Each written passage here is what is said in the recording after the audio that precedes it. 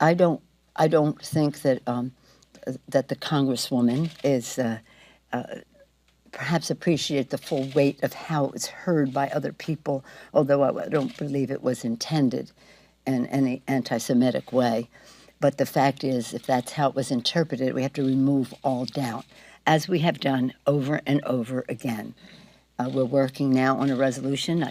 We'll see when we bring it to the floor that will, again, speak out against anti-Semitism, anti-Islamophobia, anti-white supremacy in all the forms that it takes, that our country has no place for this. But on anti-Semitism, we voted a resolution on that just recently. When I was a week and a half ago or so, at the Munich conference and then in Brussels for the NATO meetings, at every meeting, at every level, at the highest levels, our delegation impressed upon our European allies the importance of fighting anti-Semitism in our countries. This is well before the Ilhan statement that emerged this weekend. But when it did, it was important for me to speak to the member first before we would proceed. She was in Africa.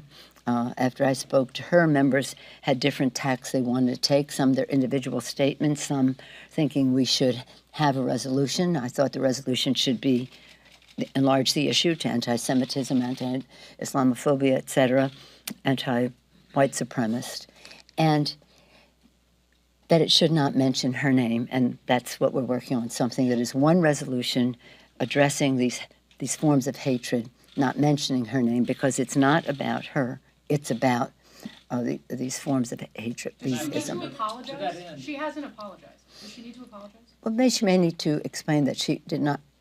It's up to her to explain, but I do not believe that she understood the full weight of the words.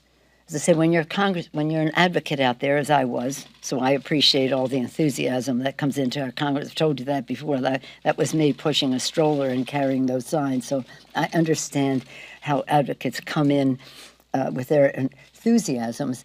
But when you cross that threshold into Congress, your words weigh much more than when you're shouting at somebody outside.